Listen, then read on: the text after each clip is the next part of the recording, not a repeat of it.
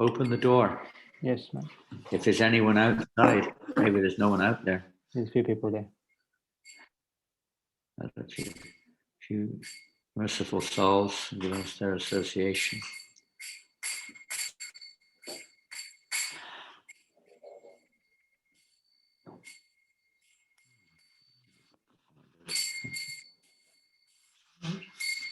The cartels were stuck.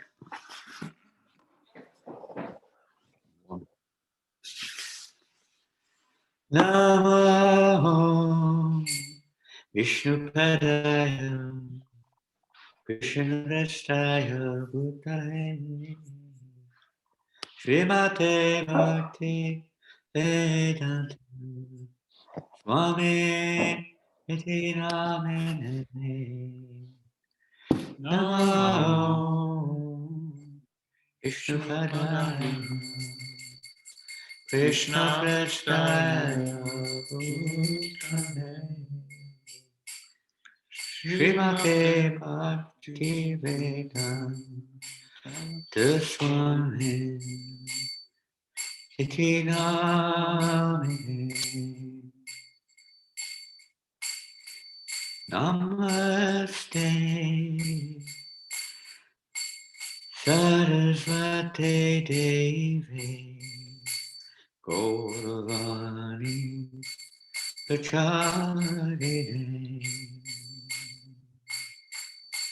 Nirvasesha Sanyavani Pastachari Shattadine Namaste Saraswati Gauravani Pracharine Nirvasesha Shunyavani Pastachari Shattadine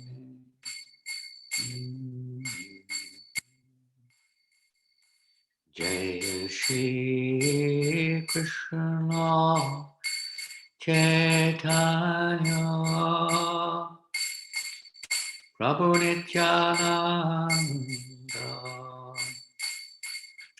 Shri Advaita Gadadhar Srivasari Gaura Bhakta Vrinda Shri Krishna Chaitanya Prabhu Nityananda Shri Advaita Gadadhar Srivasari Gaura Bhakta Vrinda Hare Krishna Hare Krishna Krishna Krishna Hare Hare Hare Ram Hare Rama Rama Rama Hare Hare Hare Krishna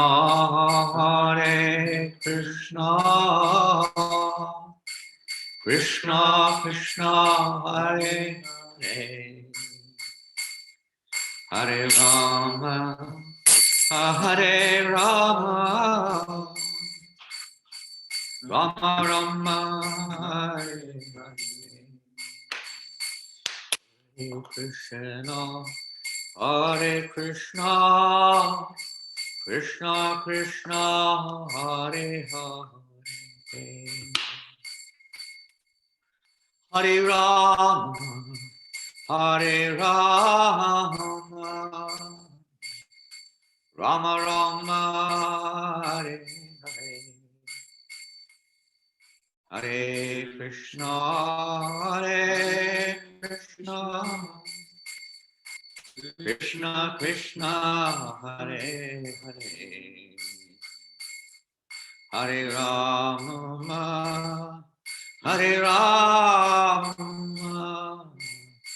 Rama Rama Hare Hare, Hare Krishna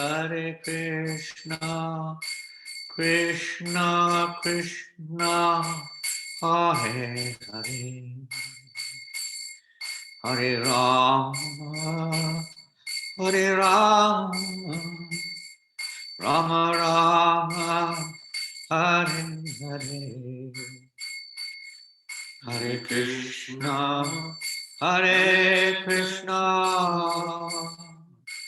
Krishna Krishna Hare Hare, Hare Rama Hare Rama, Rama Rama Hare Hare, Hare Krishna Krishna Krishna Hare Hare, Hare Rama Rama Rama Hare Hare, Hare Krishna Krishna Krishna Hare Hare, Hare Rama Rama Rama Hare Hare, Krishna Krishna Krishna Hare Hare, Hare Rama Rama Rama Hare Hare, Hare Krishna Krishna Krishna Hare Hare, Hare Rama Rama Hare, Hare Krishna Krishna Krishna Hare Hare, Hare Rama Rama Rama Hare Hare, Hare Krishna Krishna Hare Hare, Hare Rama Rama Hare, Hare Krishna Krishna Krishna Hare Hare, Hare Rama Rama Rama Hare Hare, Hare Krishna Krishna Hare Hare, Hare Rama Rama Rama Hare, Hare Krishna Krishna Krishna Hare Hare, Hare Rama Rama Rama Hare Hare, Hare Krishna Krishna Krishna Hare Hare, Hare Rama Rama Rama Hare Hare, Hare Krishna Krishna Krishna Hare Hare, Hare Rama Rama Rama Hare Hare, Hare Krishna Krishna Krishna Hare Hare, Hare Rama Rama Rama Hare Hare, Hare Krishna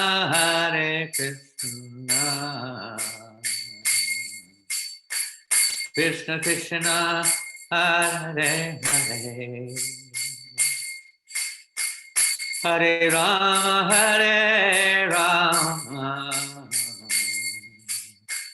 Rama Rama Hare Hare, Hare Krishna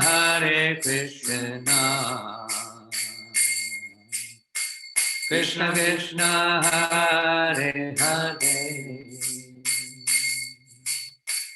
Hare Rama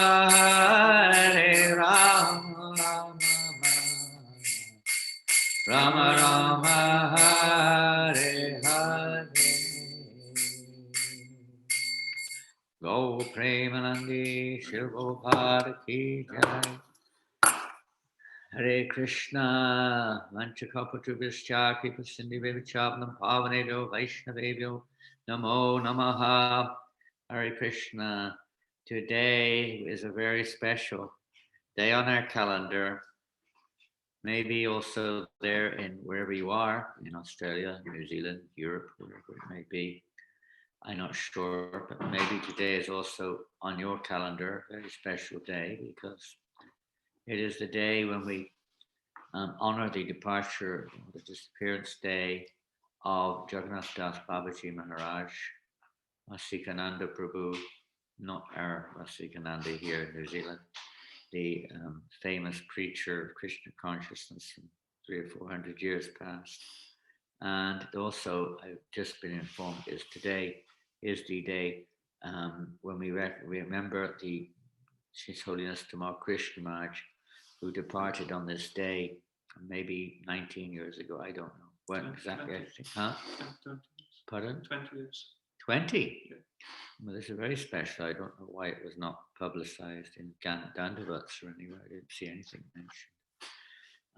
Apparently, it's the 20th anniversary of his departure today. To His Holiness Tamal Krishna Goswami Maharaj.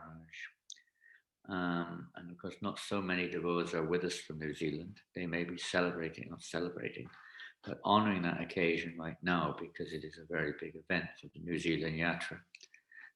Fiji also, of course, we have one devotee on from Fiji, where Tamal Krishna Maharaj was very, very active. So during the Mayapur festival in India, apparently 20 years ago, Tamal Krishna Maharaj attended. He hadn't been attending for some time, but that year he attended. And he was just trying to emphasize, not that he was actively involved in an administrative aspect of the GBC at that time, but he was actively trying to enthuse the devotees to not to forget the goal of our lives, which Prabhupada constantly would remind us and reminded the GBC also, not to forget the purpose behind everything, which is to glorify Krishna. It's not simply to administrate and manage and try to deal with the external energies, but to actually, the real purpose of our life is to remember Krishna and to glorify Krishna. So he was emphasizing that a lot during that his last days there in Mayapur. He was there every night giving kirtan in his room with as many devotees as were able to or willing to or wishing to come. And he was also lecturing on nectar of instruction daily at that point of time. And he didn't stay for the whole festival. He had to get back to the United Kingdom. He was living in UK at that time. And the night before, I remember Vishwan Mahaprabhu, his servant at that time, told me that Tamal Krishna Maharaj said, tomorrow we're going home. And early in the morning, they took their car, usual driver, on their way to the airport from Mayapur.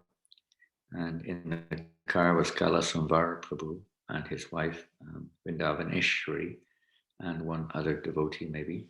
And Tamal Krishna Maharaj was in the front seat of the car, and they were driving towards the airport in Calcutta during the morning program, so a normal thing, no one thought much of it. They drove to the airport, and on the way to the airport, the driver fell asleep, and the car veered off the road and smashed full speed into a tree. At least that's as far as they know what happened. And pretty much on the spot, Tamal Krishna Maharaj left his body. And later on that day, Vrindavan Ishwari, the wife of Kalasambara Prabhu, also left her body. She was an amazing devotee also, incredibly pure-hearted devotee. So she also left. And where they left their bodies, well, Vrindavan Ishwari left her body in local hospital nearby, but Tamal Krishna Maharaj left his body at that spot, which is known as Pulia, the area of Pulia, which is the area where Haridas Thakur was chanting in his cave-like residence. And it was in that area that Tamal Krishna Maharaj, in the Holy Dham, left his body. In one sense, you could say why, but it's very auspicious. Everything is known by Krishna. He is ultimately, we can't monitor these events. It's in the hands of between the Lord and his devotee. So that was 20 years ago, and of course it's a very dramatic and traumatic experience for the devotees and his disciples all over the world. And in Mayapur also, I was supposed to be there, but I stayed back and let some other devotees go that year and manage their services. So I wasn't actually in Mayapur, but in Malaysia we had Tamal Krishna Maharaj disciples there. So that was also quite an experience, trying to console them and help them through that difficulty. So it is a challenge. It is a challenge, but it's a challenge to all of us. We will have to face it. Sooner or later, this mortal frame will no longer be, and we have to prepare ourselves for moving along. to another form. So today we're going to take the opportunity to speak a little bit about Jagannath Das Babaji Marriage and Rasikananda Prabhu. Because to honor these eternal associates, called Nitya Parishats, the eternal associates of the Lord, is a very, spiritually speaking, a very uplifting and beneficial for our consciousness. What to speak of our false ego from our consciousness, because of our false ego of identification is so much contaminated by self-centered perspectives of Krishna consciousness, self-centered perspectives of what to speak of the material world, even of Krishna consciousness. So it becomes purified, even if we don't understand, even if we don't take full advantage, but to associate with these pure devotees is very, very beneficial. So I would request, if we can screen share, please, Rasika, for a little while. We're going to sing the usual song of department, Great Vaishnava Depart. Then we're going to be coming back on again after some time. But for now, I'd like to put this song on. I press share screen, and Rasikananda is allowing me to share screen. I think, is it this one? Yes, it must be. Is it visible? Yes, Maharaj. Everyone out there can see something? And see something, yep. So Parshada, I didn't really spend much time preparing for today, so please forgive me. I could have done a nicer presentation, but this is all I quickly got together. So Parshada Bhagavat Viraha Janita Vilapa. It's quite a mouthful. We're not going to sing that line. But that means lamentation due to separation from the Lord and his associates. And this is by Narottam Das. So most of the personalities mentioned in this song were associates of Narottam Das Thakur, and he's feeling greatly pained by their absence, because it's by the association of devotees that our devotional service is nourished. And without their association, just like any plant, it needs certain environment, certain facilities, certain factors in order for its growth. So for the growth, it's like a plant without water. It will not last very long, depending how strong it is. But similarly, a living entity in this world without devotional association will become swamped by the material energy. We all know, we've all experienced this, I'm sure. Even now in our efforts to practice devotional service, we sometimes get, overwhelmed by material association, and forget our relationship with Krishna, and forget the very thing, I was reading this morning, the very thing that we think is going to satisfy us is the very thing, the material world that is the very thing which is going to cause us suffering. I think a little indulgence in sense gratification, now I feel happy. But it's like a drug addict taking their drugs. They think this is going to relieve me of my suffering, but we all know it simply intensifies the problem. It may immediately release, just like pouring paraffin onto a fire, maybe not paraffin, but at least ghee onto a fire. The fire will actually die down for a few moments. But once the ghee heats up, the ghee will ignite and the fire will blaze more than normal. We're just feeding the fire of suffering by material sense gratification, associating with mundane persons with mundane mentality and mundane subject matters, etc. It's just feeding the problem. We have to associate with people in the course of our daily lives that we shouldn't associate, in a sense of trying to enter into their life or their illusion and trying to, get some pleasure out of it. We have to do the needful. We have to perform our duties, etc., family-wise, work-wise, social-wise, whatever it may be. But we should not indulge in trying to enjoy that. That would be, that's where the entanglement begins or continues or increases. The more we can associate with pure devotees and the life which they lead and the instructions they give, etc., the more our consciousness can become purified, the more our, goal in life can be redirected towards Krishna, and thus we can become freed of the karmic bondage, this karma granta nibandhanam, bound bondage in material birth and death, etc. So we're going to sing this song now, and if you wish to please join us, you're most welcome.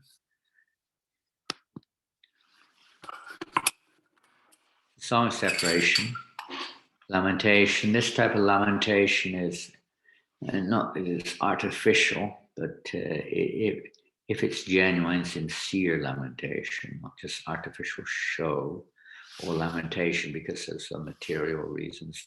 For instance, we lost our position because the personality left his body, and therefore the next person changed my position, sacked me as the temple president or something. Not that type of lamentation. Genuine lamentation for not having their transcendental association, just like Bhaktisiddhanta Maharaj said when his spiritual master departed, who will be there to chastise me now? Who will correct me? I'm bereft of this opportunity to be corrected. So it's a different type of thing to the mundane one, which means, oh, now my sense gratification has been reduced, or whatever, like that. Yeyanilo Premadana Karuna Racho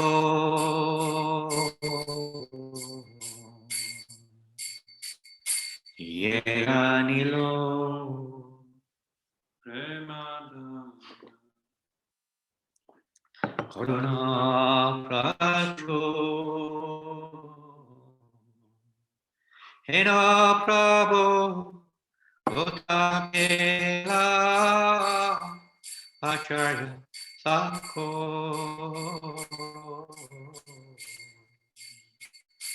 Hena Prabhu Utakela Acharya Sakho.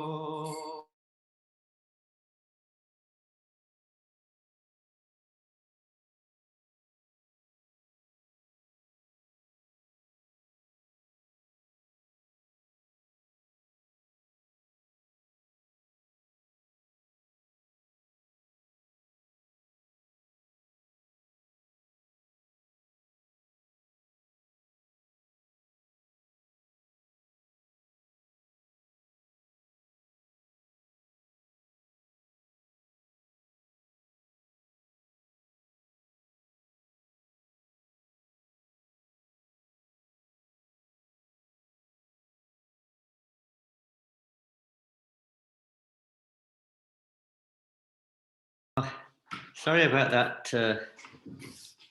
We say interlude. We lost the internet here for some time. We hope we'll be back on now. And let's proceed. I'm going to share screen again, if possible, please. Which one is it? Just this one. There we go. I think we got lost that on the second verse, so we'll finish it. So, to do. Kahamora Shwaruprupa Kahasanata Kahamora Shwaruprupa Kahasanata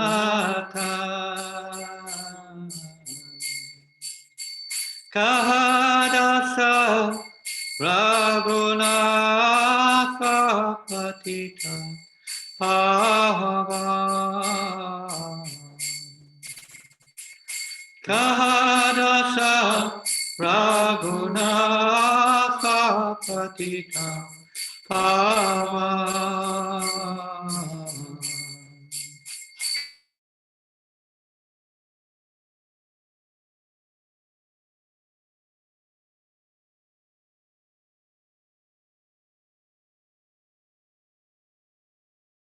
Kahamora Bhakta Yoga Kaha Kavira Eka Kale Kota Kela Gora Natara. Get ready. Eka Kale Kota Kela Gora Natara.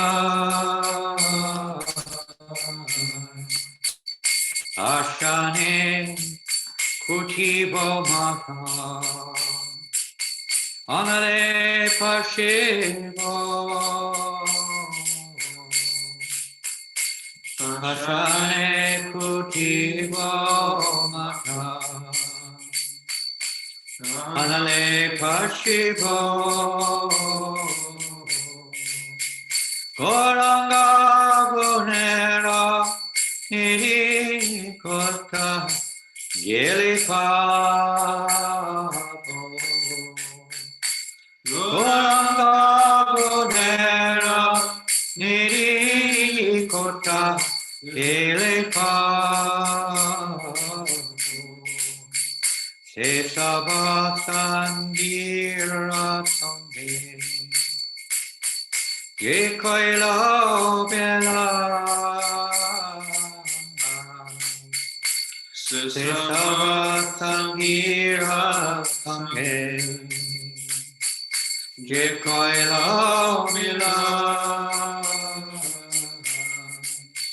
Se Sangana Praya Kande Naru Tamada Sesagana Praya Kande Naru Tamada Hare Krishna Hare Krishna Krishna Krishna Hare Hare Hare Rama, Hare Rama, Rama Rama, Hare Hare. Hare Krishna, Hare Krishna, Krishna Krishna, Hare Hare. Hare Rama, Hare Rama. Rama Rama Hare Hare.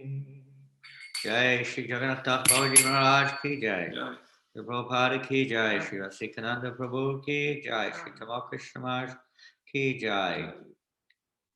Oh, he who brought the treasure of divine love.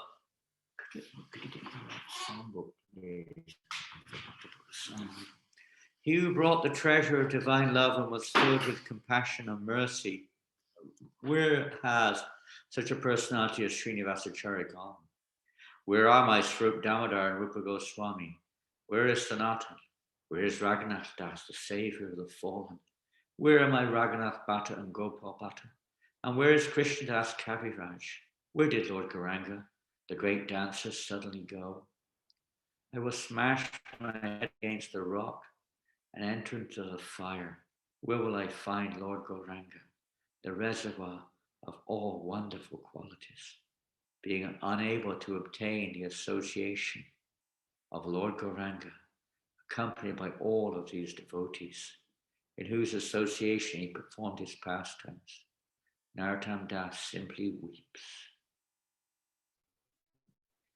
Well, as we mentioned, today is the Tirupal of Jagannath Das Babaji Marriage. Maybe you've seen many similar pictures, but this is a slightly different one. Interesting painting of Jagannath Das. He was maybe not in his last years, maybe, I don't know, but he lived an extraordinary life, and we'll hear about that in a minute. Absolutely extraordinary. He lived a long, long time. Some accounts say he lived as long as 146 years. Some say 135, but he lived longer than modern science is able to comprehend. Is forever. There's another painting of him similar to the other one, actually. But in his last years, you can see that his eyes are closed. But he may be absorbed there in the samadhi, of course, but he said that his eyes also failed in his latter years anyway. But he would never go to do anything about it. He would have no interest in that. And that, I mean, if I'm not wrong, that appears to be a photograph of Jagannath Das Babaji in his later moments, later years. Completely double bent. I don't know, So it says it is a photograph of him. You never know, but it says so. And there's a painting. It's not very good quality, I'm afraid. This is a painting of his servant, Bihari Prabhu, Sri Bihari Prabhu, who was one of his few. He didn't have so many disciples, maybe more than are listed. There's only about 8 or 9 listed, maybe more. They're mostly Babajis, of course. And this is Bihari Babaji, later became Babaji, carrying him. He would carry his spiritual master in a basket. In his later years, he became unable to walk and his eyes were faded too. So he would carry him in a basket, basically, physically speaking, lame and blind, you could say, but not really. Just from the external perspective, if he needed to see, he would see, and if he needed to walk, he would walk. And it's said that sometimes, even though he could hardly walk at all, but when Kirtan began, he would suddenly jump up in the air and start dancing. His body seemed to be tall, straight, and over 6 foot tall. So, it's beyond the material considerations entirely. So this little picture of him carrying him through the forest, through the jungle somewhere, but is a very famous story, Eto Nimai Janmabhumi. And that's when he confirmed the birthplace of Lordchitanya Mahaprabhu with Bhaktivinoda Thakur, of course, was eagerly trying to ascertain the exact place of Lordchitanya Mahaprabhu's birth. So with the confirmation of Bhaktivinoda Thakur's Siksha Guru, Jagannath Das Babaji was a Siksha Guru of Bhaktivinoda Thakur. He wasn't his Diksha Guru, but he was his Siksha Guru. And now 1 or 2 pictures of paintings of Rasikananda Prabhu. I was trying to get the beautiful one. If you ever go to Vrindavan, to the Shamananda temple, the Radhasham Sundar temple established by Shamananda Pandit, who was the spiritual master of Rasikananda, you'll see on either side of the altar there's a beautiful painting of Shamananda. On the other side, there's a beautiful painting of Rasikananda. And how we determine which Rasikananda is, Rasikananda look very similar. Rasikananda Prabhu has a bluish complexion. And I don't know, I just couldn't find a nice picture of that anywhere. This is one, but it's somewhere or another. There's all kinds of, I don't know what you call it. Somebody's put, I have no idea what's on their minds, but something there on the side, but I couldn't find without. So there we go. So those who speak in Hindi or Bengali, whatever it is, or Bengali, can read what it says there. It is Rasikananda Prabhu anyway. Hare Krishna. And that's that. So now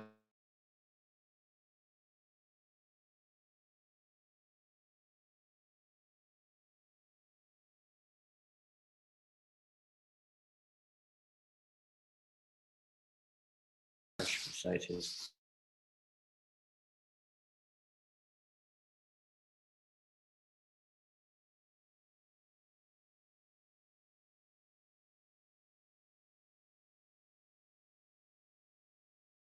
Leader in so many different ways and very scholarly, etc., etc. So we shall see what happens next. Of course, the great personalities, we never directly got the association of Jagannath Das Babaji Marriage with Rasikananda Prabhu. We did get association of Tamal Krishna Maharaj on quite a few occasions, but not Jagannath Das Babaji. So today, let's hear something about it. You can get you can get personal, let's say, recollections of Tamal Krishna Maharaj from many devotees who had association. I didn't have so much, but on many occasions, little bits. So let's go to Jagannath Das Babaji Maharaj. Let's see what we're going to make from this now. So I'm going to read something. You can still see me, right? On the screen, Rasika? Yes, Maharaj. Sorry. Rasikananda. This is about Jagannath Das Babaji. We're going to read a little something. Om Vishnupad Sri Jagannath Das Babaji Maharaj appeared in this world sometime around 1750 AD. That's a fair time ago, it's 270 years ago, in a remote village in the subdivision of Dangel. It's a district of Bangladesh called Maiman Singh. And he was born in a pretty aristocratic family. The Gaudiya Vedanta Acharya because why? Because Prabhupada said that he dedicated actually his Bhagavad Gita, I think, to Baladev Vidyabhushan, because Baladev Vidyabhushan established our Gaudiya line as an authentic line. Many people were challenging it. Where is it coming from? So Baladeva Vidyabhushan, because he was officially initiated in the Madhva Sampradaya, was able to establish the authenticity of Lordchitanya's movement and the Achinchya Veda philosophy, etc., of Lordchitanya Mahaprabhu. And he compiled what's called Govinda Bhasya, his commentary on the Vedanta Sutra, etc., to confirm. And so a very significant part. Now, he was in this, Baladev, the Gaudiya Vaishnava Vedanta Acharya, Sri Baladev Vidyabhushan, initiated disciple was Uddhavadas Babaji, and his initiated disciple was Madhusudan Das Babaji. Madhusudan Das Babaji and Jagannath Das, he accepted Babaji from Madhusudan Das Babaji Maharaj in Vrindavan. According to the Gaudiya Vaishnava Jivan, the Diksha Guru of Jagannath Das was another devotee named Jaganananda Goswami of Shringaravat in Vrindavan. Shringaravat is not far from the Radha Damodar temple in Vrindavan, and it's a place where Lord Nityananda actually stayed when he was there. That particular Babaji, they call Vaishya Guru. When you take Babaji, you take a dress, very simple dress, just a lungi. That's about it, nothing else. Water pot, lungi, and very simple lifestyle. So he accepted Vaishya, Krishna Das, and Babaji. Anyway, these are all little details.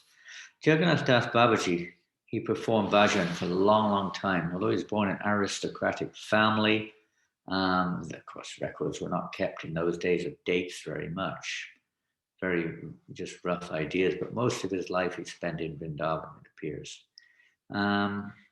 And for many, many years, he was famous. He was really famous in Vrindavan as a Siddha Baba, a perfectly realized soul. And he would chant non-stop for days on end without eating or sleeping, and fasting without eating or sleeping. And then he would, when he finally broke his fast, he would usually just take flat rice and yogurt as his prasadam. He seemed to like flat rice and yogurt. In around about 1880, Srila Bhaktivinoda Thakur, if the records of his appearance are right, he would already have been around about 130 years of age at that time. Inconceivable by modern medicine and science that somebody at that age is still living. But he was said it wouldn't work out like that. These great yogis or these great Siddha Babas, they're not conditioned like we are. They're not subjected to the same, rules, limitations, measurements of this world. They may appear or not appear in this world as they like. So Bhaktivinoda, around about that time, he went to Vrindavan and he took shelter of the lotus feet of Jagannath Das Babaji and got very valuable instructions from him. What they were, not said, but he certainly received valuable instructions from Jagannath Das, maybe to preach the Krishna consciousness mission in various ways. In the 1880s, Babaji Marriage came back to Bengal, came back towards Bengal, Burdwan, probably not Burdwan. He stayed in the village of Amala Joda, and Bhaktivinoda Thakur, he went there. That time Bhaktivinoda was engaged in the government service of the British government, so Bhaktivinoda Thakur went there, but his real purpose was to associate with Jagannath Das Babaji, whom he'd met, of course, in Vrindavan. So second time, so Babaji was delighted by Bhaktivinoda's enthusiasm for preaching the glories of the holy name. Although these Babajis may not preach so much in terms of, what we normally conceive of a preacher, they would preach, but not going here specifically for preaching. Whenever the opportunity came, they would preach usually. But they wouldn't go out of their way to make opportunities. But Bhaktivinoda, he was behaving as a Goswami. are those who specifically preach Bhajanandis, or those who specifically practice bhajan. Both are pure, or maybe pure, and both are pleasing to Krishna. But Jagannath Das Babaji was very much pleased. His role was one thing, Bhaktivinoda's role was another. Very happy with Bhaktivinoda Thakur's preaching of the holy name all over. So then Jagannath Das Babaji went to Burdwan for 11 days. Uninterrupted kirtan, non-stop, day and night, never stopping. That's the Kirtaniya Sadahariya, always chanting the holy name, Satatam Kirtiyantomam. They're always engaged in chanting my glories. Jagannath, they're showing an example. This is the real life, to be completely absorbed 24 hours in chanting Krishna's name, hearing and chanting about Krishna. When will that day come, we would say. Bhaktivinoda established there in that place of Amalajad, what's called a Prapana Ashram. It means a monastery to surrender to Krishna. It's a nice name if you're starting an ashram. Prapana Ashram, a monastery for surrender to Krishna. It's still there in that village today. Around about 1893, Jagannath Das Babaji, he was residing in the Navadvip Kulia. Some of you have probably been on Navadvip Parikrama. You would have gone there in Navadvip city.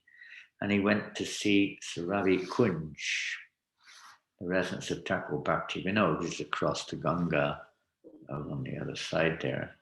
And it's Rabbi Kunj, where Bhaktivinoda Godruma was living there. So he went to see him. The entire grove was electrified by his arrival and appeared especially beautiful. He just surcharged the whole air. When a great soul comes, it's like the whole place becomes surcharged. The entire grove was electrified.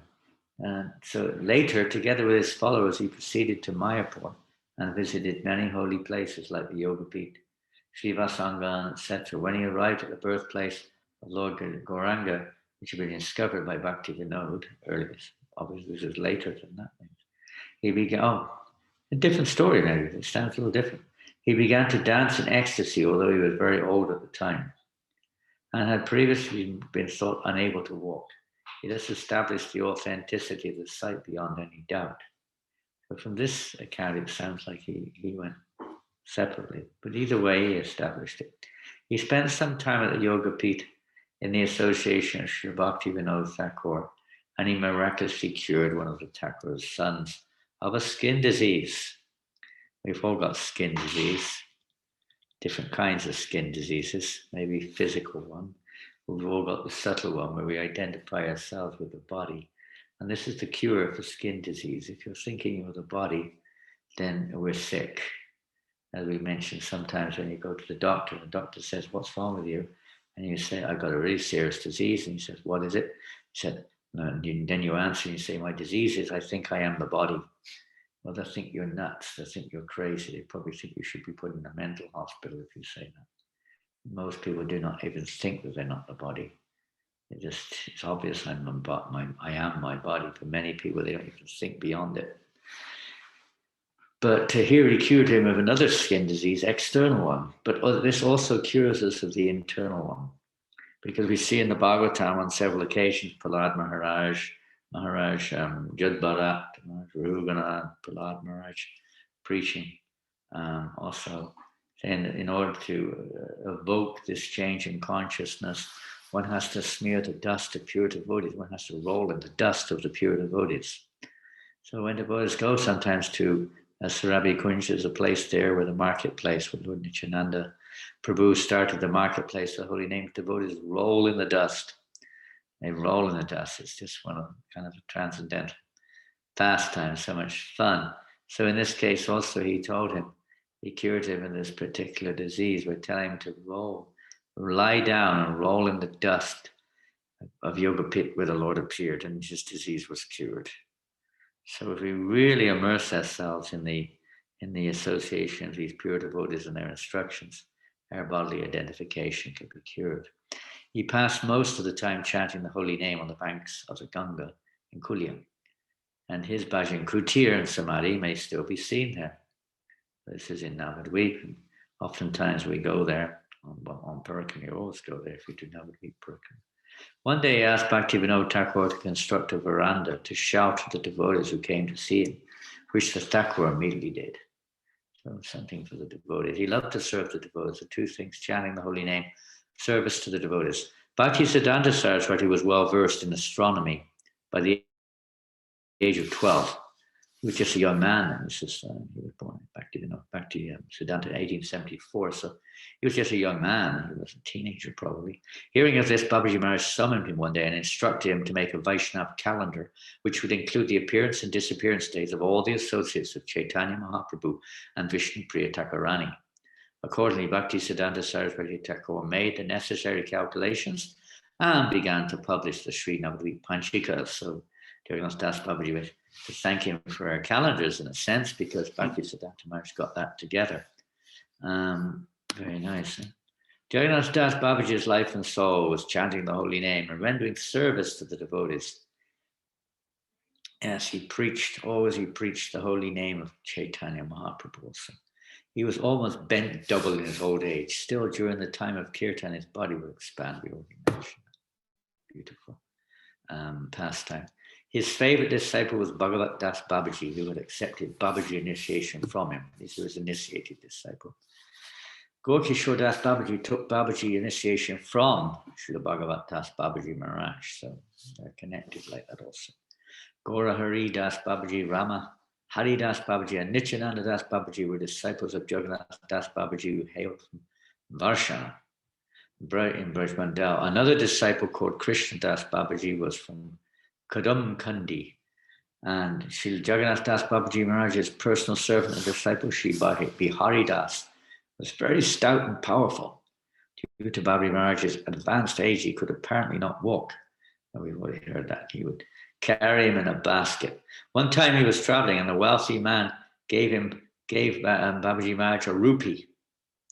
A wealthy man gave him a whole rupee. And Babaji Maharaj told his servant, when he gave it to his servant Babaji Maharaj, he would give all the money to, if he ever got a donation of anything, he would give it to Babaji Maharaj, to Bihari, his servant. After journeying for some miles, Babaji Maharaj had the servant take him back to the donor, and he returned his 1 rupee. He told the man, "I understand that you have a good deal of money. I could not bear the burden of 1 rupee. I wonder how you tolerate the burden of so many." Babaji Maharaj sometimes accepted donations for rendering service to the Vaishnavas. But in this instance, he instructively exhibited his detachment, showing how one must be very wary of accepting charity from pounds, shillings, and pence class of men. They're wary, but if we're using Krishna's service, is very good. If we don't, then we have to be very, very careful. Anything taken from others that we use for our sense gratification creates a very bad reaction. So in this case, maybe the man himself was very attached to his rupees. He gave 1 rupee. He's just teaching him what a heavy burden it is, this so-called wealth of this material world. Inspired by Bihari Das, the villagers of Suryakund, now we're going to Vrindavan actually now. Suryakund is in Vrindavan, because most of his time he was in Vrindavan. Built a room and a small temple for Jagannath Das Babaji Maharaj. The Siddha Baba asked Bihari Das to install a deity in the temple.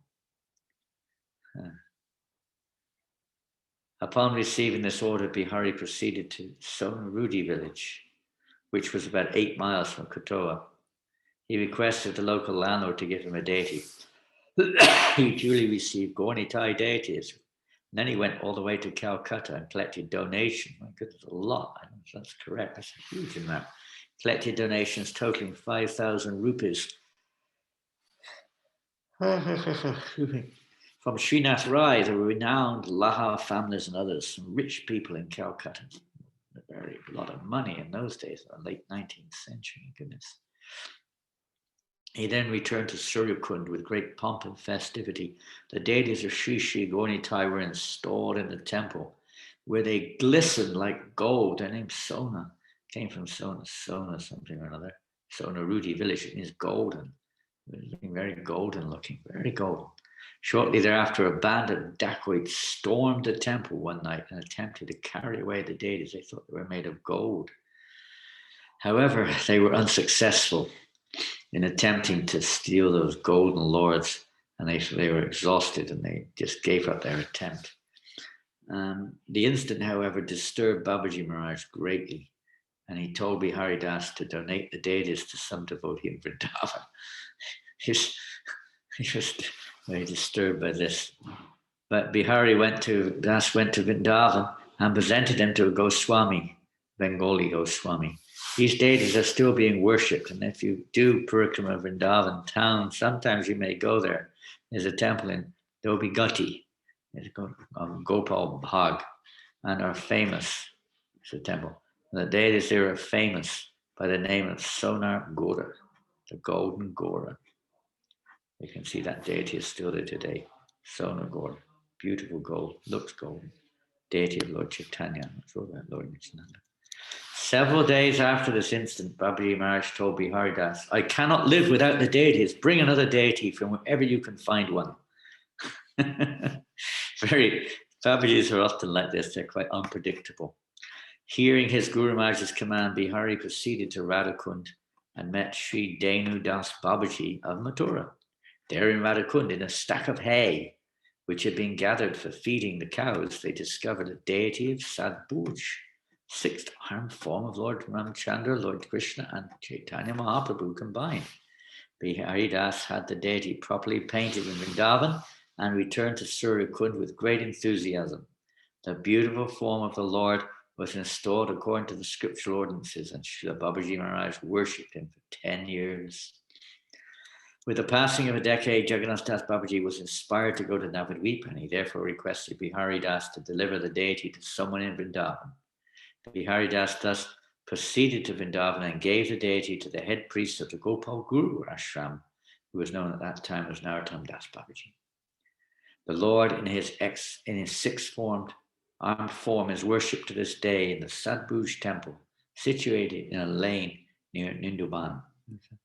Gopal Guru temple there. You can go there also. It's near Srinivasacharya's temple. Where you see his samadhi there. Bihari then carried his Guru Maharaj on his shoulders to the Mathura railway station. They're leaving Vrindavan. I guess this is in the 1880s or something. And they're on their way to Navadvip. When they reached the memory station in Bardhavan, that's in Bengal, they've many days of traveling in those days on the train. A British railway officer was so impressed by the simplicity and blissful nature of Srila Babaji Maharaj, he assisted him in many ways. He helped him get down, arrange everything for him. Fortunate man.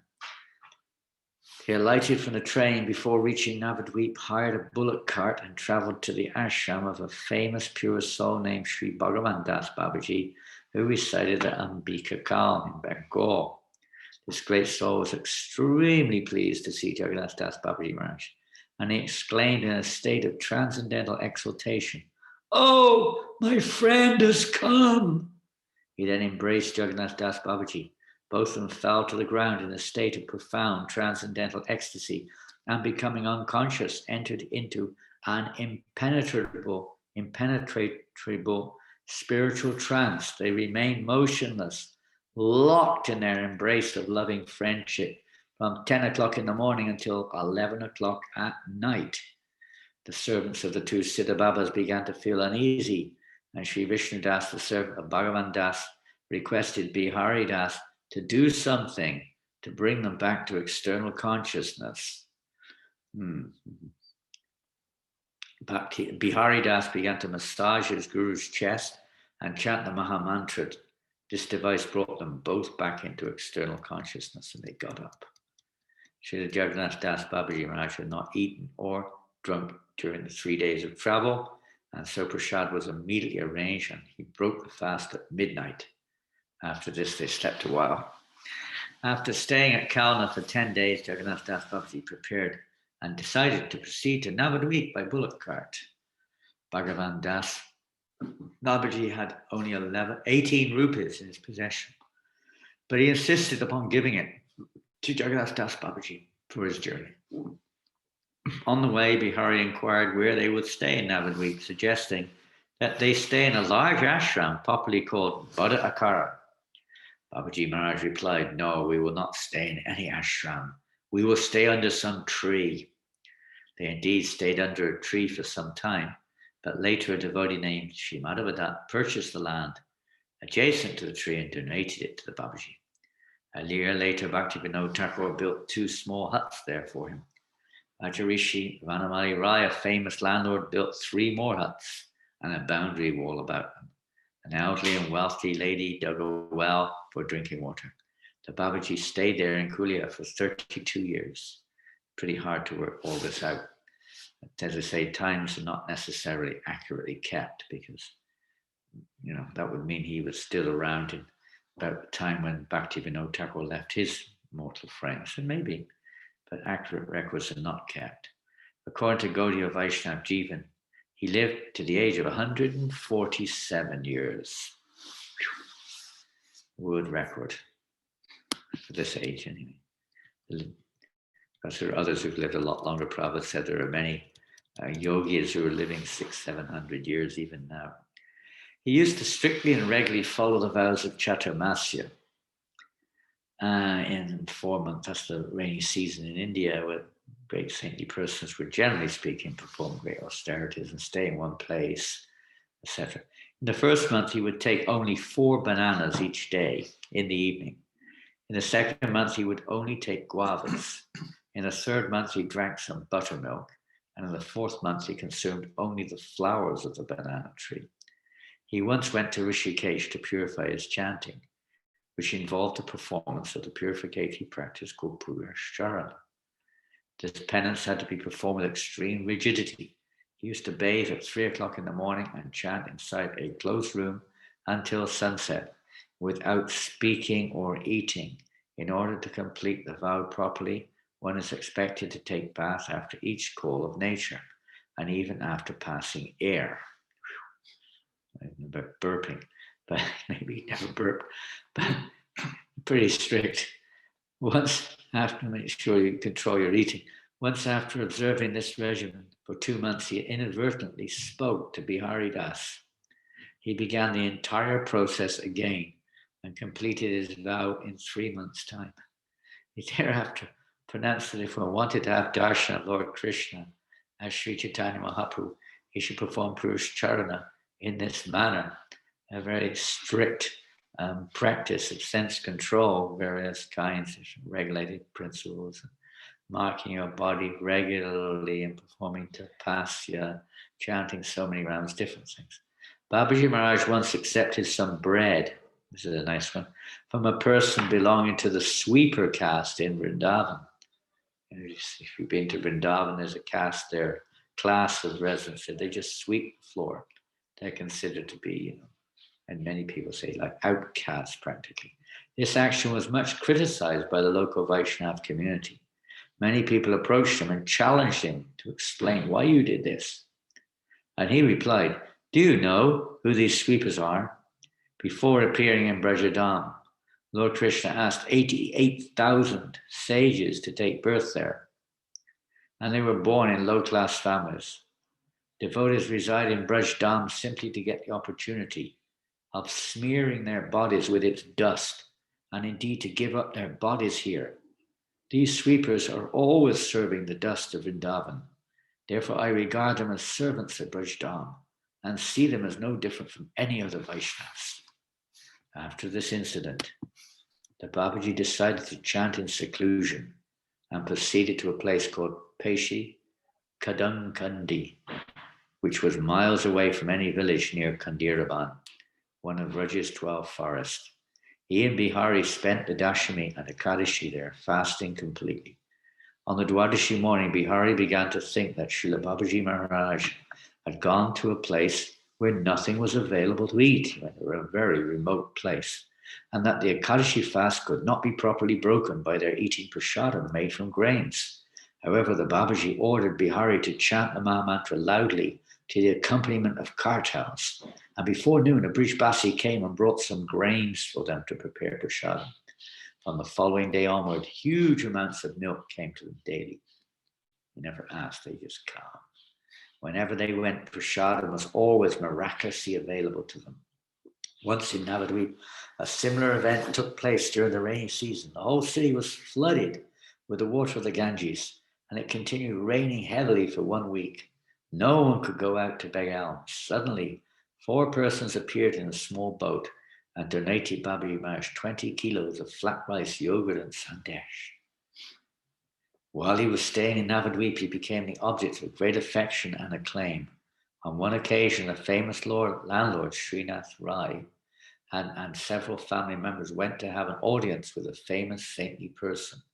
Not recognizing him, they asked if he knew where the famous Siddha Baba lived. Srila Babaji Maharaj replied, I don't know anyone who is a Siddha Baba here.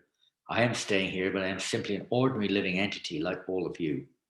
The Rais then realized that they were actually addressing Babaji Maharaj, who was completely free from any desire for recognition or fame. Nevertheless, they humbly requested him to show them a miracle. The usual thing when you approach a saintly person, especially the Siddha Baba or something, can you show us a miracle? Sometimes Indian people did that with Srila Prabhupada also. Babaji Maharaj then picked up a stick. This is a famous pastime. We've done this drama a few times right there in Navadvip, in this place. He then picked up a stick and started beating the ground, apparently out of annoyance. Get out! It was only when the drama would say, get out, get out! So they thought, of course, he was angry with them. The landlord, fearful that he had committed an offense, begged the Babaji Maharaj, please don't be angry with them for their having made an unpleasant request. Babaji Maharaj replied, I'm not angry with you. I was just chasing out a goat who was eating the tulsi plant near the cottage of Srila Lokanath Das Goswami at Radhakund. The Rais were very much astonished to hear this. And to test the veracity or the truth, you could say, of his statement, they immediately sent a reply-paid telegram to Radhakund. The reply came back the following day, and it confirmed that a goat had indeed entered the cottage of Srila Lokanath Goswami and had ruined the tulsi plant there. So Jagannath, well, he was in Navadvip, but he could see that this goat has entered the house, the cottage of Lokanath Goswami in Radhakund, and he's eating the tulsi plant. Get out, you rascal. He's bashing a stick, chasing him with a stick. Amazing, huh? Different plane of consciousness altogether. The incident convinced many doubting persons of the Babaji's perfection. They returned to see him and fell at his feet to offer their obeisances. Perfect devotees of the Lord, being disinterested in the material universe, never desired to make an exhibition of miraculous powers. In order to increase the faith of worldly creatures, however, they are sometimes inspired by the indwelling Godhead to perform some supramundane deed for their edification, for clarification, making others know that they are what they actually are. Once while residing in Navadvip, Bihari Das became very ill. He suffered a severe fever and delirium, and periodically he lapsed into unconsciousness. A medical expert was summoned from Calcutta, but he declared that the illness was too far advanced to respond to treatment. He predicted that Bihari would expire or die before morning. Jagannath Das Babaji Maharaj then sat by the side of his dear servant. He put a sanctified tulsi leaf in his mouth and began to chant the Hare Krishna Mahamantra. Within half an hour, Bihari was cured. He rose from his bed and proceeded to the kitchen to cook prasadam. Knowing that Babaji Maharaj, who had fasted throughout his servitor's illness, would not eat anything unless it was prepared by him. Jagannath Das Babaji used to say that the best time for chanting was from 3 o'clock in the morning until 7 in the morning, and again from sunset until 11 o'clock at night. He declared that no serious-minded devotee should sleep during these hours, as Lord Shiva comes to inspect the devotees of his guru, Lord Krishna, at those times. We all know the story of Jai and Vijay, and how they appeared at an auspicious time in the evening when Lord Shiva was on the roll. Although Babaji could not walk properly during his last year, still he would dance very enthusiastically. We've already heard that. He daily paid 1,000 obeisances to his Giridhari deity. It appears when he was in Navadvip, he had a Giridhari deity until the last day of his life. He did not like the idea of leaving any prasadam on his plate. And if he thought anyone was going to eat the remnants, he would consume every last morsel and even eat the leaf plate to prevent anyone from getting any remnants. Bihari Das was illiterate. He couldn't read or write and did not even know the alphabet. One day, Babaji Maraj asked him to read Chaitanya Charitamrita. When Bihari reminded his Guru Maharaj of his illiteracy, the Babaji requested him to simply look at the book for some time and start chanting the stanzas. Within minutes, Bihari Das started reciting the pastimes of Lord Chaitanya from the pages of Chaitanya Charitamrita. Whenever he went to Calcutta, he would sojourn in the house. He would go to and stay and spend time in the house of Bhaktivinoda Thakur. Many devotees tried to take him to their homes to give him prasad, but he would never accept their invitations. He donated a Govardhan Shila to Srila Bhaktivinoda Thakur, who worshipped the Shila at his Bhakti Bhavan. As his eyesight dimmed due to old age, people came to see him, used to offer donations. Bihari Das would keep the contributions in an empty clay water pot. One day, Babaji Maharaj suddenly asked, Bihari, give me all the donations which you have received. Bihari would sometimes put aside some of the money for Babaji Maharaj's needs, but Jagannath Das Babaji would immediately discern the exact amount missing and demand it be returned. Although he was detached, he knew exactly how much was given, exactly how much should be still there. Bihari would laugh and immediately comply. Babaji Maharaj used to spend the collection according to his own grave desires.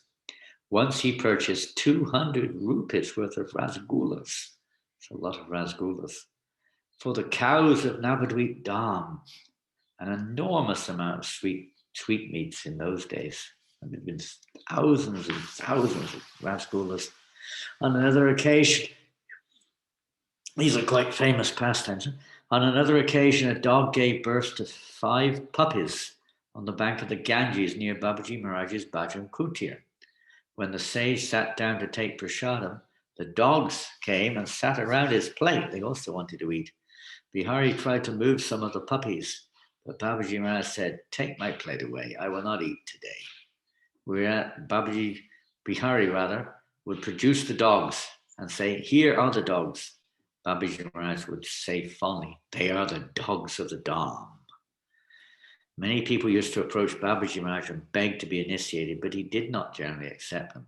He would, however, request them to render various kinds of service. Most of them would soon leave due to the pressure of being heavily engaged by him.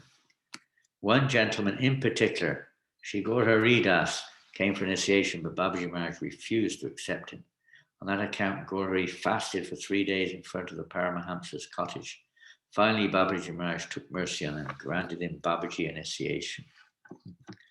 He once told a professional Bhagavatam reciter, your speaking the Bhagavatam is the same business as a prostitute's. Those who recite the Bhagavatam as a business are offenders of the holy name, and we should never hear from them. If anyone hears from them, he will simply become degraded. That gentleman immediately ceased his recitations and became a great devotee, living a humble existence in Vrindavan. Jagannath Das Babaji used to stay 6 months in Braj and 6 months in Navadvip Dham. That may explain some of the earlier time considerations. He would go back and forth. According to the Gaudiya Vaishnava Jivana, at the advanced age, we've already heard, 146 or 7, when he was set to travel to Navadvip from Radhakund, many Brijbasis and other Vaishnavas went to him to inquire why he was leaving Braj Dham at such an advanced age. In a very humble and transcendently depressed mood, he replied, you can all stay here in Braj Dham because you are all pure Vaishnavas. I am very offensive, and therefore it is better for me to stay at Navadvip. Their Lordship Sri Sri Gaurnitai do not count one's offences as they have appeared to liberate all offenders. But here in Braj Dham, offences are counted and reactions thereto are strictly enforced. This was his last journey to Navadvip Dham. A few months after his arrival, on the first day of the new moon, in the month of Falgun, a fortnight before the anniversary of Lord Chaitanya's appearance, he entered the Lord's eternal pastimes. Srila Bhaktivinoda Thakur used to always call Babaji Marriage Vaishnav Sarvabhauma, the commander-in-chief of the Vaishnavas. When he was in Vrindavan, it's understood that he was the most advanced, or the greatest of all the Babajis, all the Siddha Babas. He was the most advanced of all of them. Of course, eternal associate of the Lord. I can't remember his eternal position in Braj Leela, but he's one of the confidential associates of the Lord in Braj Leela. Gora Birbhava Bhumistvam Nitesha Sajjana Priyaha Vaishnava Sarvabhauma Shri Jagannathaya Te Namaha. I offer my respectful obeisances unto Jagannath Das Babaji, who is respected by the entire Vaishnav community and who discovered the place where Lord Chaitanya appeared.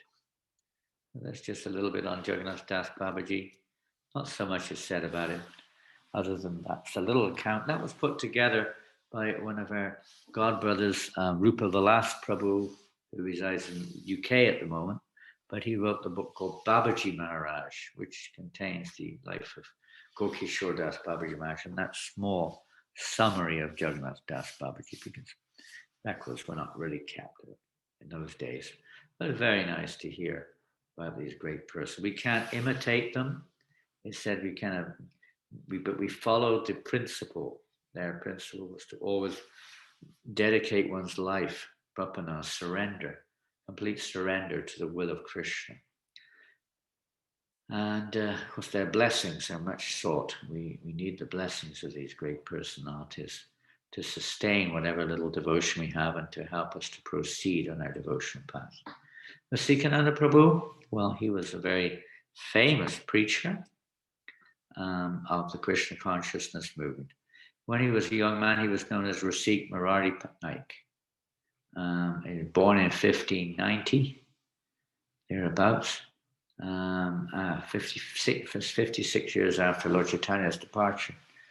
Rasikananda was born into a powerful zamindar. Zamindar means landowner family in a place called Rohini on the Suvarnareka River, which is now in Medinipur district of southwest Bengal. The borders were changing, sometimes Orissa, sometimes Bengal. But he was born there in the southwest corner of Bengal, West Bengal. This was a glorious time in the history of Gaudiya Vaishnavas. The disciplic succession of devotees of Lord Krishna in the line of Chaitanya Mahaprabhu. The 6 Goswamis of Vrindavana built a veritable storehouse of Sanskrit literature in the form of poetry, history, aesthetics, and philosophy, unlike any the world had ever seen. So why was it so glorious? Well, that was one thing. And plus, the Jiva Goswami was preaching in Vrindavan, and anyway, whatever, Lord had left, but still some associates were around. And at this time, Jiva Goswami had established a large Vaishnav community in Vrindavan and had sent his 3 best disciples, Narottam, Shamananda, and Srinivas, throughout northern India to spread the Goswami's teachings. Well, on this noble mission, Shamananda met 18-year-old Rasik Murari. So if we take it literally, that means in 1608, he met Rasik Murari and initiated him into Krishna consciousness, giving him the name Rasikananda. The Goswami's teachings touched his heart, the heart of this pious young landowner who gave his life to Krishna the moment he met his illustrious guru. Where did we get to there? I lost the page.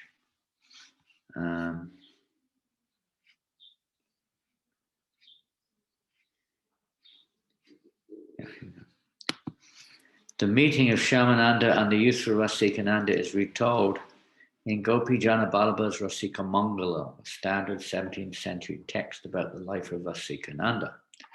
Basically, Shamananda and Rasikananda saw each other and recognized a connection that transcended time itself. Rasika ran up to his future guru and fell flat at his feet, saying, "You are my eternal savior, and Krishna has finally sent you to redeem me." I don't know if it's mentioned here, but it is mentioned that actually Rasikananda or Rasik Marari was really feeling the painful need of having a spiritual master. He was really great anxiety over it. When the Lord appeared to him in a dream and said, "You will know where you will be meeting your spiritual master." His name is Shamananda. So when they met, they could understand, recognize there was a connection. It's transcended time. Shamananda smiled and with great pleasure said, "I have found the future of Vaishnavism." A very significant statement. I have found the future of Vaishnavism, because it was Rasikananda who carried the message of the Goswamis and preached widely throughout Orissa, particularly Orissa, and converted thousands, tens of thousands of people to Gaudiya Vaishnavism. So many, big people, small people, all kinds of people, men, women, everything. And Rasikananda, like his guru, was a married man, so his wife Icha Devi also took initiation from Shamananda Prabhu, receiving the name Shamadasi. Shamananda told him to always chant the Hare Krishna mantra, Hare Krishna, Krishna Krishna, Hare Hare, Hare Rama, Rama Rama, Hare Hare. Soon after Shamadasi's initiation, the couple left Rohini for nearby Kashipur, a populous city with a large influx of wealthy people. Sometime later, Shamananda visited his two disciples in Kashipur and bought a beautiful deity of Krishna for them, Gopi Jana Balaba. Seeing how much his disciples loved their newly installed deity, Shamananda renamed the city Gopi Balapur, Gopi Balabapur, Gopi Balaba's town, that means, and blessed all the townspeople to develop the same love for the deity that Rasikananda and his wife had. He asked Rasikananda to spread Krishna consciousness vigorously and made Shamadasi head priest of the temple. There we go. This is Shamananda. He made Rasikananda's wife the head priest of the temple. Shamananda then left, but he had planted a seed. Rasikananda thrived, building an unparalleled organization for spreading Krishna consciousness. He and his wife worked as a team, and together they are said to have brought hundreds of thousands of pious people to the teachings of Lord Krishna. According to historian Ramkanta Chakravarti, Rasik Marari was perhaps more successful in converting people into Vaishnavism than any other Vaishnava leader of his time. His enthusiasm was so pronounced that by the time of his passing away, the region of Medipur had developed a distinct sect of Vaishnavas in the mood of Shamananda, his guru. These Shamanandi Vaishnavas, as they came to be called, developed their own style of dress, cooking, tilak markings, etc., and temple construction.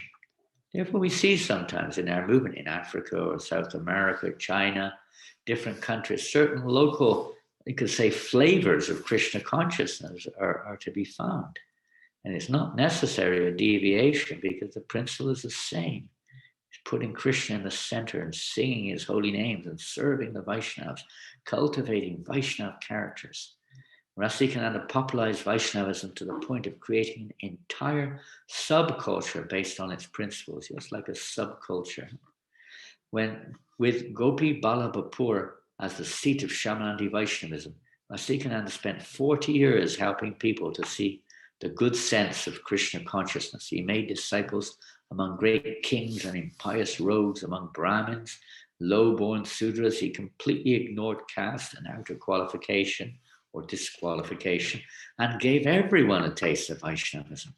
The classic Vaishnava histories of the period, such as Shamananda Prakash and Rasika Mangala, all tell how he and his wife, with the help of influential disciples, put an end to animal sacrifice in non-Vaishnava areas and convinced people throughout Orissa and its bordering villages of the validity of Mahaprabhu's message.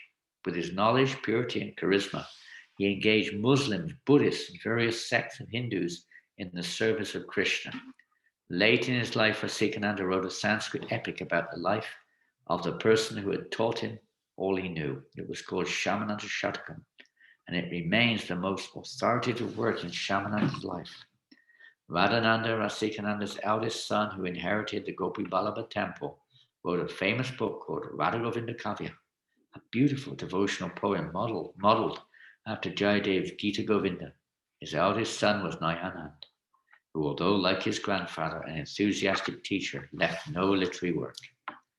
Toward the end of his life, Rasikananda settled in Raimuna, where he was fascinated by the deity of Gopinath, Krishna.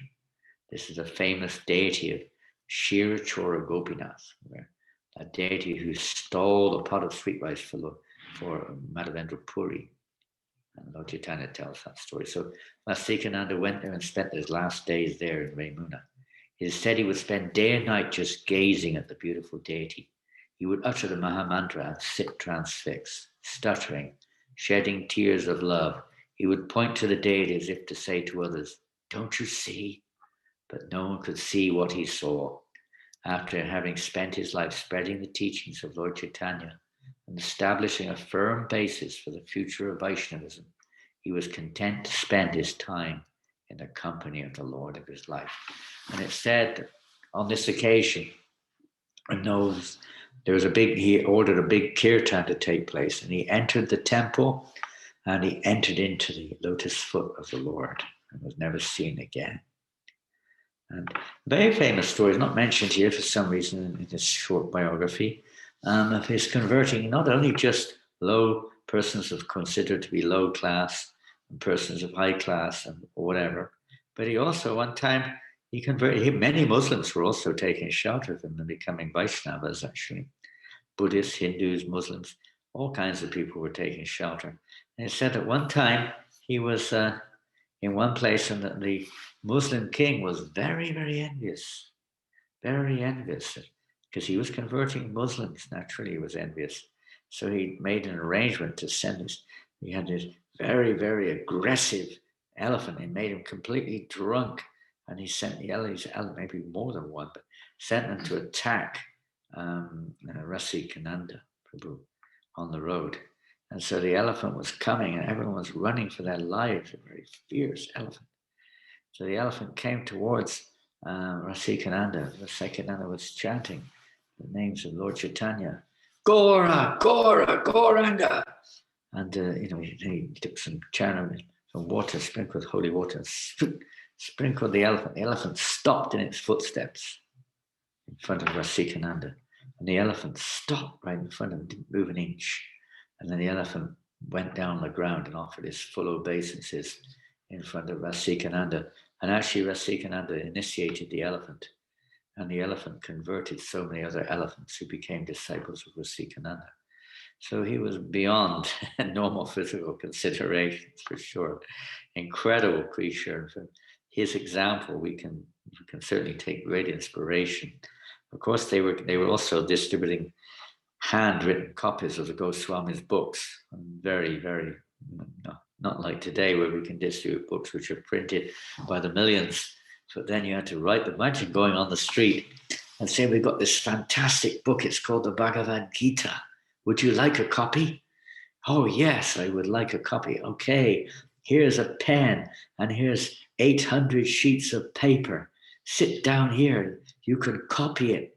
And then I'll take the original back and you can keep your copied version." How many people would do that? I don't expect anyone. Even we may not do it. Incredible how we take it for granted now. In those days, there were practically speaking, no written literatures, no telephones, no mobiles, no internet, no Facebook, no this, no that. It was all, you really had to preach. Also, the atmosphere must have been really amazing because there was no ill effects of all these modern items of technology either. So the atmosphere would have been much purer, so much purer. And you see, like animal sacrifices, you stop animal sacrifice, unnecessary animal sacrifices, etc., etc. But nowadays, people don't even bother with animal sacrifices. They just whole slaughter animals left, right, and center for eating. There's no religious aspect to it whatsoever. It's just fill my belly, satisfy my tongue. Such a sinful society we're living in, based entirely on sense gratification. So, previous, even not so long ago, even 100 years ago, practically speaking, and society was so much less contaminated by all these things like divorce and so many things which are accepted as norms nowadays. Or to speak of abortion and contraception and so many perversive sexual relationships, so many different things going on in society which are accepted more or less as norms. And all the other corruption which is going on, drinking and smoking and drugs and so many things which previously were almost unheard of. I mean, there were times in India where cow killing was completely, it's not mentioned for hardly because it was never happening. And now it's like it's kind of like, it's a norm. Even in India, cow slaughter is huge, huge problem, a huge activity, bringing in billions to the Indian revenue. So it's all money and perverse sense gratification, driving force. So the pure devotees, they save us from this hell. They save us from this trap which we're in, this illusion. We're basically from birth, it's pretty much drummed into us. The goal of life is to enjoy. We don't know how to enjoy. These pure devotees teach us where the real reservoir of happiness is. By hearing them, we can develop a little bit of conviction, a little bit of confidence, a little bit of enthusiasm, determination, and satisfaction to the heart. Hare Krishna. So we're going to finish there. I'll just read the translation of that, what do we say? Pranam to Jagannath Das Babaji. It goes, I offer my respectful obeisances to Jagannath Das Babaji, who is respected by the entire Vaishnava community and who discovered the place where Lordchitanya appeared. That's the pranam to Jagannath Das Babaji. I don't know who made it. It's one of the pranams which we chant regularly when we're doing any yajna or initiation or whatever it may be. Jai Jagannath Das Babaji Marriage Tirba Mahotsav Ki Jai Shri Rasikananda Prabhu Tirba Mahotsav Ki Jai Shri Tamal Krishna Goswami Maharaj Tirba Mahotsav Ki Jai Gaur Premanandi. So thank you very much. And mostly today was just reading, a little comment, but mostly reading. But it's nice to hear. When we get these chances, these little openings, like the window opens, a little transcendental light comes in, and a little break in the clouds, whatever you want to call it. A little opportunity to get their association on these particular days, especially if we remember them and chant Hare Krishna, etc. One gets extra special dividends, extra special benefits. Hare Krishna. So maybe there's some questions, I don't know. Chat. Any chit chat?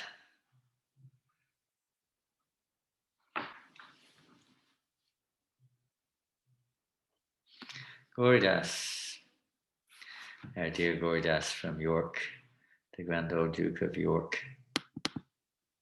Oops. It wasn't, I didn't do anything, I just read. Maybe that's what I should do every week. That's the most wonderful thing, is just to hear. Fasting till noon on the disappearance of these Vaishnavas in our line of the cyclic succession. What is the significance? Well, it may be up till noon. Generally with Vaishnavas it's till noon, because some may fast longer on these particular days. Well, they're teaching us Vairagya Vidya Nija Bhakti Yoga, that the essence of Lord Chaitanya Mahaprabhu's movement is Vairagya, giving up sense gratification.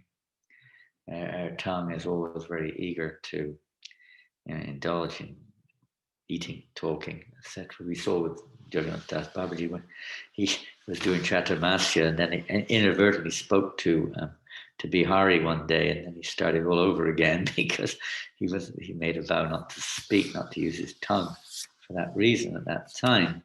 So it's to control our tongues. For all the senses, the tongue is the most voracious and difficult to control. And it doesn't just mean not eating. In of itself isn't necessarily a spiritual activity. It's meant that we're meant to use our tongue during that period for chanting, not just not eating, but for chanting the holy name. or chanting Krishna Katha at least. So he wouldn't just fast. Some impersonalists, they just fast maybe. The personalists, they fast and they control their tongues and they just chant the holy name of Krishna non-stop or read Bhagavatam or something. It's to control their senses. And this is the purpose of yoga, to control their senses. And because then much more, you could say, easier when our senses are under control to engage in devotional service. Then we can engage our senses better. And it's also in recognition. Fasting is very pleasing to the Lord when he sees his devotees honor and recognize these great devotees.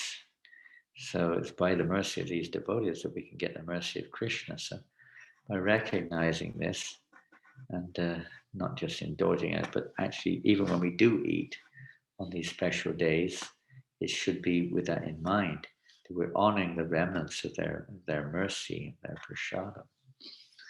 Not that we just can't wait for this fast to be over so I can eat as much as I can.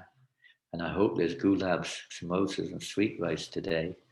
That's a very good attitude. It might be our attitude, but it's not a very good one. But rather we should be thinking how fortunate we are to have the opportunity to honor prasadam in their name or in their glory, etc. And remembrance, honoring prasadam.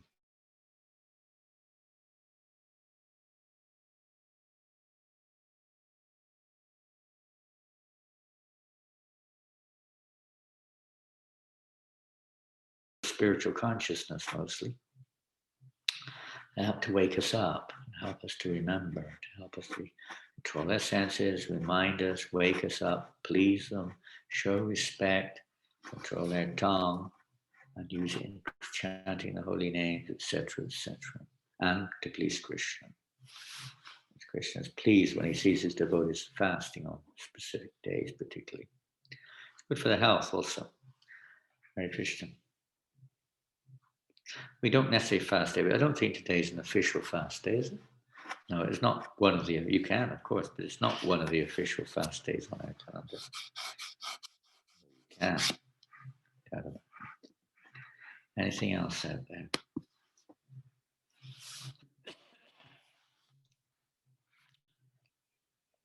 Auspicious number of participants today.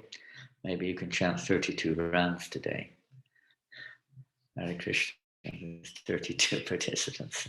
32 rounds. That'd be nice. One day.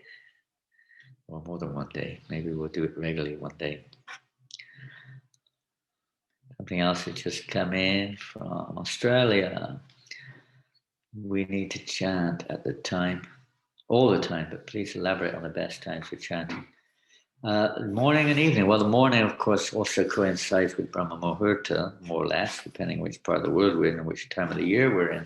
But that time is more or less, and specifically he mentioned here that these are the times when Lord Shiva is on the prowl with his associates. But he's not just on the prowl, he's actually checking to see that the devotees of his spiritual master, Lord Krishna, are, chanting. These are the best times, morning and evening, to chant the holy names. As Bhaktisiddhanta Maharaj said, beat the mind in the morning with a stick and in the evening with a broom or something, or the other way around. So this is basically what it means, that we just chant Hare Krishna, Krishna, Krishna, Hare Hare, Hare Rama, Rama Rama, Hare Hare, during these periods, or read Bhagavatam, or have Kirtan. These are the best times, morning and evening, for chanting the holy name of the Lord, because in the daytime we're busy doing all kinds of things.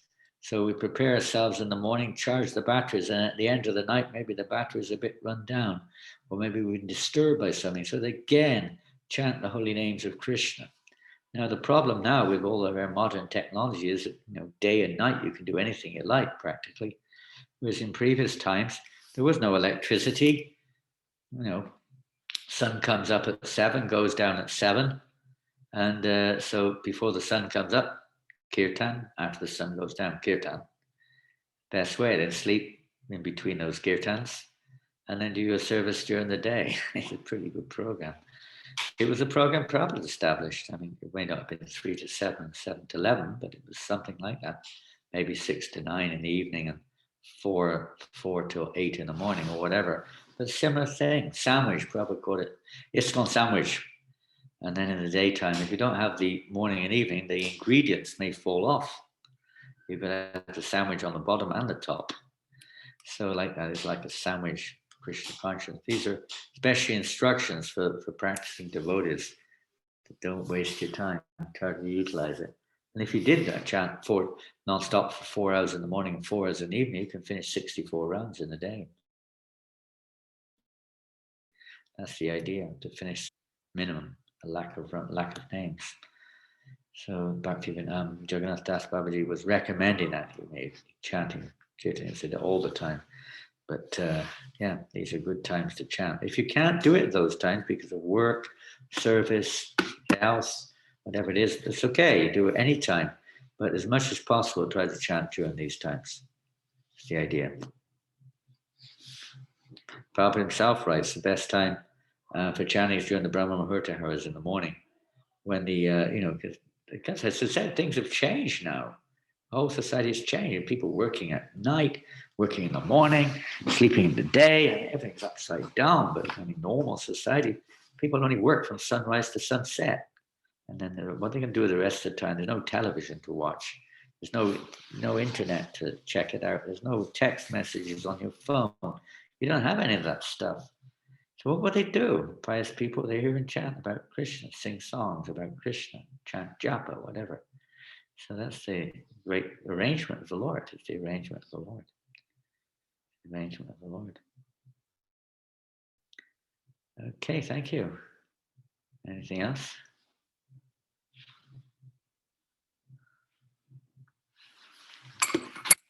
Today, all quiet. Okay, well, we'll have a little kirtan and go move along. We're not going on. Oh, it's Sunday today, isn't it? Yes. Oh, yeah, they're having kirtan in the temple. We have kirtan every Sunday for 3 hours, and then a class, and then a feast in New Mayapur. 3-hour kirtan, and then class and feast every week. Nice. Nice, do more kirtan.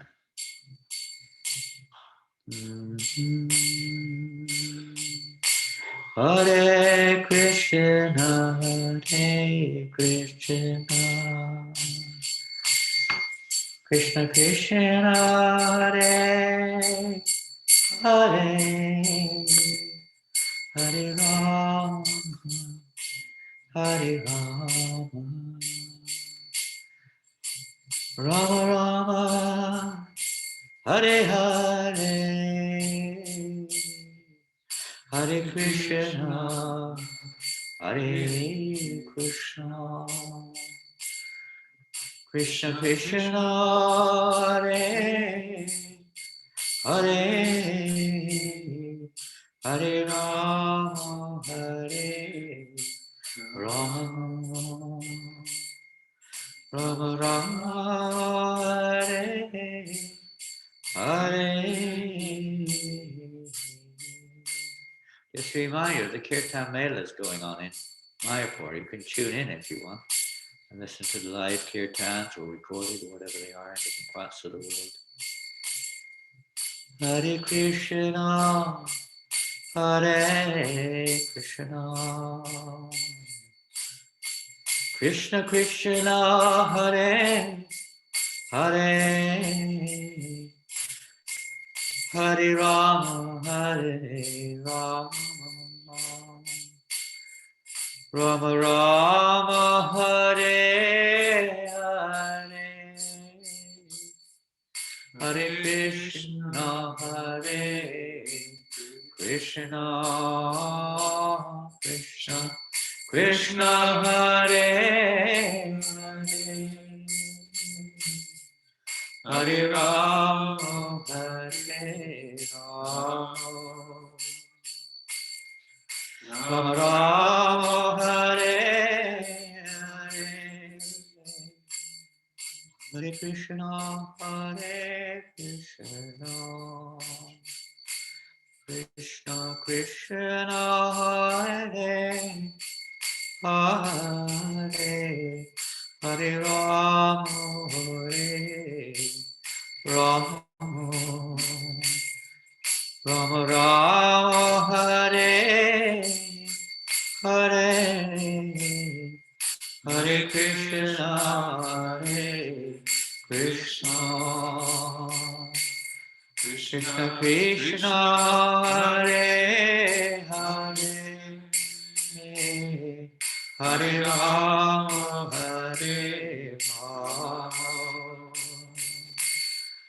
Rama Rama, Hare Hare,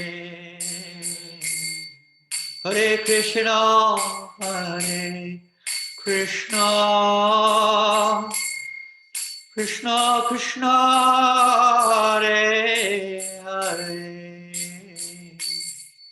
Hare Rama, Hare Rama, Rama Rama, Hare Hare,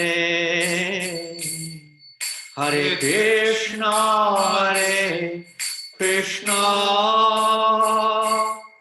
Krishna Krishna, Hare Hare, Hare Rama, Hare Rama,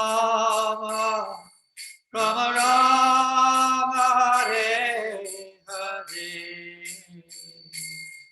Hare Krishna, Hare Krishna,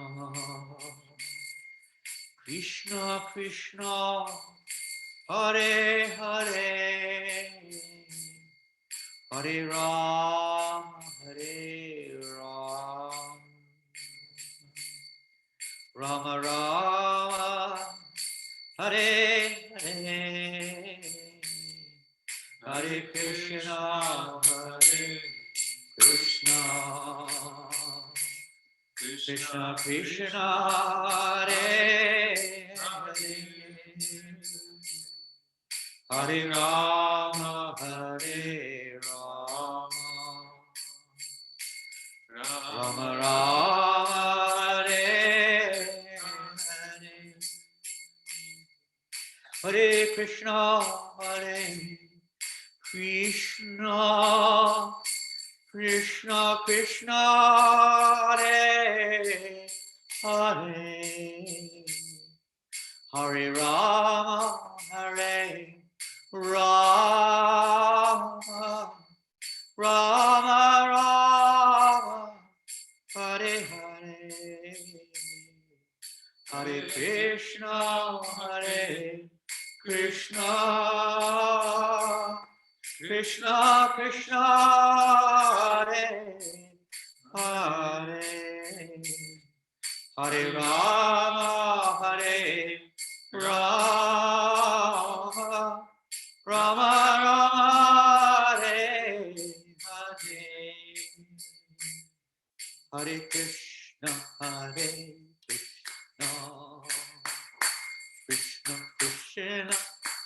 Hare Hare, Hare Rama, Hare Rama, Rama Rama, Hare Hare, Hare Krishna, Hare Krishna, Krishna Krishna, Hare Hare, Hare Rama, Hare Rama, Rama Rama, Hare Hare, Hare Krishna, Hare Krishna, Krishna Krishna, Hare Hare, Hare Rama, Hare Rama, Rama, Hare Hare, Hare Krishna, Hare Krishna, Krishna Krishna, Krishna Hare Hare, Hare Rama, Hare Rama, Gauranga, Rama Rama, Hare Krishna, Hare Krishna, Krishna Krishna, Hare Hare, Hare Rama, Hare Rama, Rama Rama, Hare Hare, Hare Krishna, Hare Krishna, Krishna Krishna, Krishna Hare Hare Hare, Hare Rama,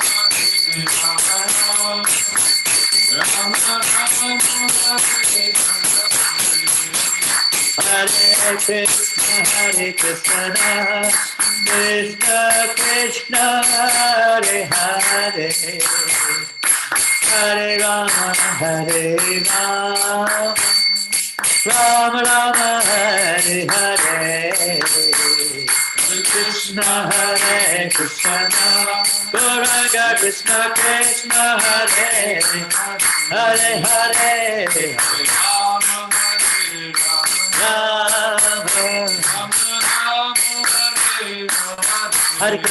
Hare Krishna, Krishna Krishna, Hare Hare, Hare Rama, Rama Rama, Hare Hare, Hare Krishna, Krishna, Hare Hare, Hare Rama, Rama Hare Krishna, Krishna Krishna, Hare Hare, Hare Rama, Rama Rama, Hare Hare, Hare Krishna, Krishna Krishna, Hare Hare, Hare Rama, Hare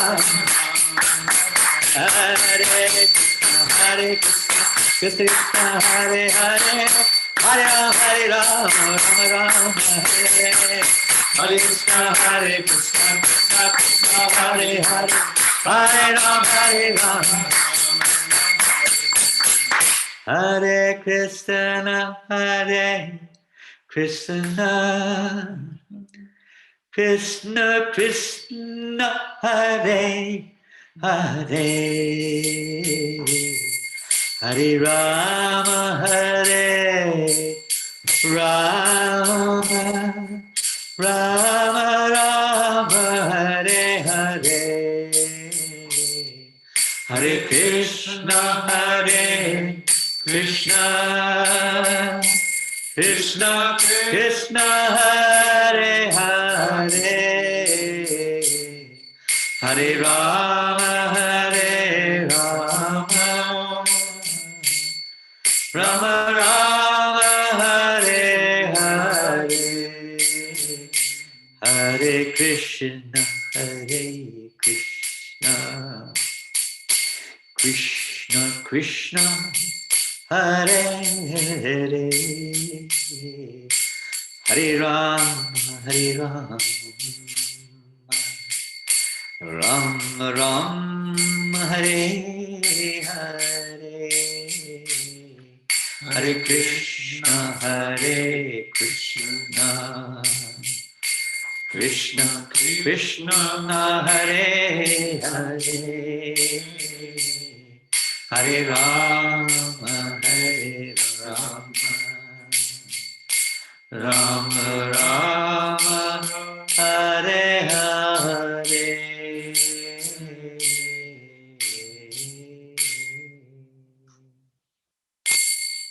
Gaur Premanandi, Srila Prabhupada ki jai, Shri Rasikananda Prabhu ki jai. I can see him on the screen. That's not you. We're not talking about you, mate. Don't get puffed up. Shri Jagannath Das Babaji Maharaj ki jai. Shri Tamal Krishna Goswami Maharaj ki jai. Shri Prabhupada ki jai. Hari Bol. Hare Krishna, if anyone's still there.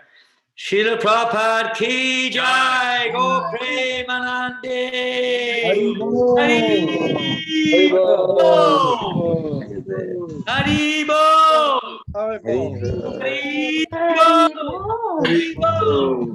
Thank you, Maharaj. Thank you. Such a wonderful. Thank you very much. All the best, everybody, and keep chanting Hare Krishna.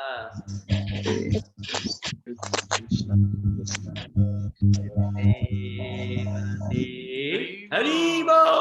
Haribo!